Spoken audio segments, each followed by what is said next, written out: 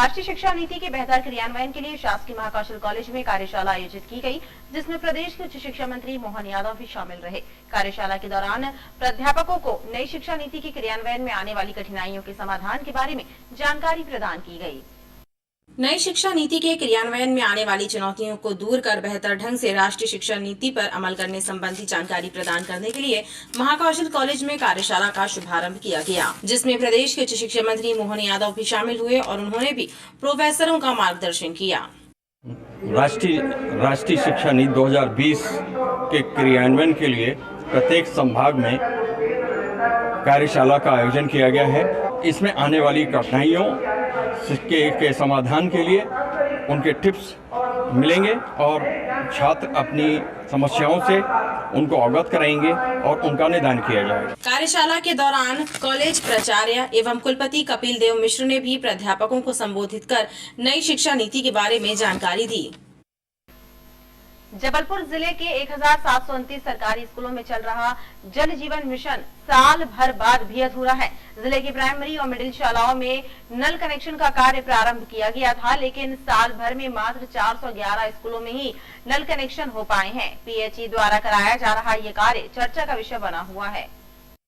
जबलपुर जिले में 1729 मिडिल एवं प्राइमरी स्कूलों में पेयजल उपलब्ध कराए जाने के लिए जल जीवन मिशन की शुरुआत 1 वर्ष पहले की गई थी। योजना के मुताबिक पीएचई द्वारा यह कार्य कराया जा रहा है, लेकिन कार्य की धीमी गति चर्चा का विषय बनी हुई है। शिक्षा विभाग से प्राप्त आंकड़ों पर भरोसा करें तो अब तक मात्र 411 स्कूलों में ही नल कनेक्शन हो पाए हैं।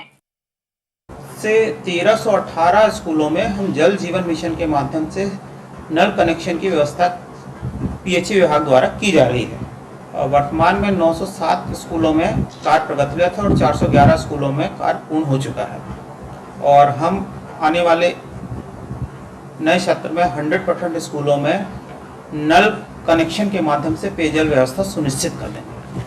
कब तक है इसकी डेडलाइन, कब तक इसको पूरा करना काम? ये हम नवीन सत्र के पूर्व में कर लेंगे। ये पीएचई विभाग को करना है।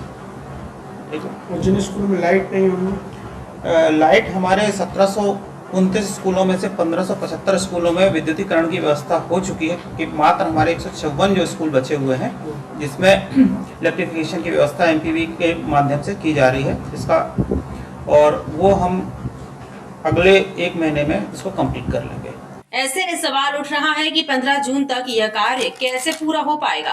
खास बात यह है कि 154 स्कूलों में तो अभी विद्युत कनेक्शन भी नहीं है। उन स्कूलों में जल जीवन मिशन को कैसे पूरा किया जाएगा, इसकी कोई योजना भी अधिकारियों के पास नहीं है।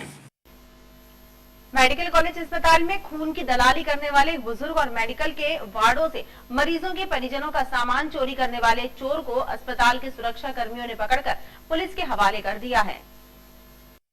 बताया जा रहा है कि बुजुर्ग छन्नू रजक एक मरीज के परिजन से खून उपलब्ध कराने के एवज में 5000 रुपए ले रहा था। वहीं मेडिकल क्षेत्र रहने वाले सुखदेव बेन के द्वारा चोरी की वारदातों को अंजाम दिया जा रहा है। सुरक्षा कर्मियों ने उसे भी पकड़ लिया है।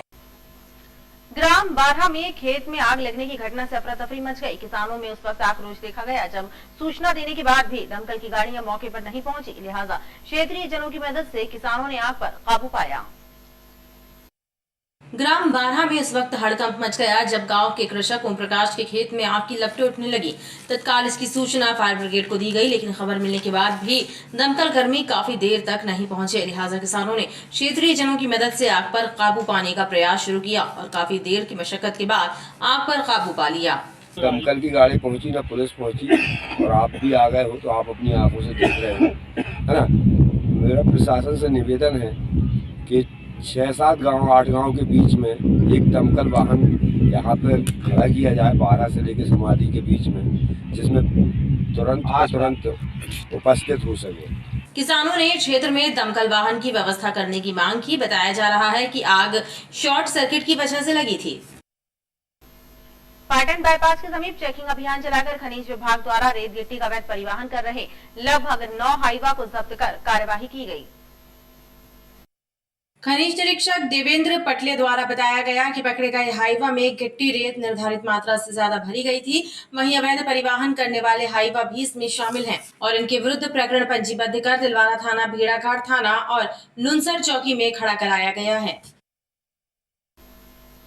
अप्रैल माह में ही गर्मी अपने सारे रिकॉर्ड तोड़ने पर आमादा है। सूरज आग उगल रहा है और रही सही कसर लू पूरी कर रही है। भीषण गर्मी से जनजीवन प्रभावित हो रहा है। मौसम वैज्ञानिकों से मिली जानकारी के अनुसार अधिकतम तापमान सामान्य से 4 अधिक 41 डिग्री सेल्सियस दर्ज किया गया है।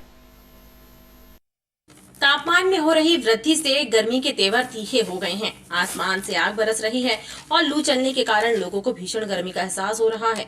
ये अप्रैल शुरुआत हुआ है, इतना तेज चालू हो गया गर्मी की सहनशीलता से बाहर है। हम लोग बगैर गमछा के बाहर निकल नहीं पा रहे हैं। और आम जनों की क्या स्थिति होगी? जो एसी में रह रहे हैं व्यक्ति वो तो ठीक ठाक है, जो आम जन है उनकी क्या स्थिति हो? मौसम विभाग से मिली जानकारी के अनुसार अधिकतम तापमान 41 डिग्री सेल्सियस और न्यूनतम तापमान 22 डिग्री सेल्सियस दर्ज किया गया है। मौसमविदों के द्वारा मौसम शुष्क रहने की संभावना जताई जा रही है। और खबरों का सिलसिला लगातार जारी रहेगा। आप देखते रहिए BTV न्यूज।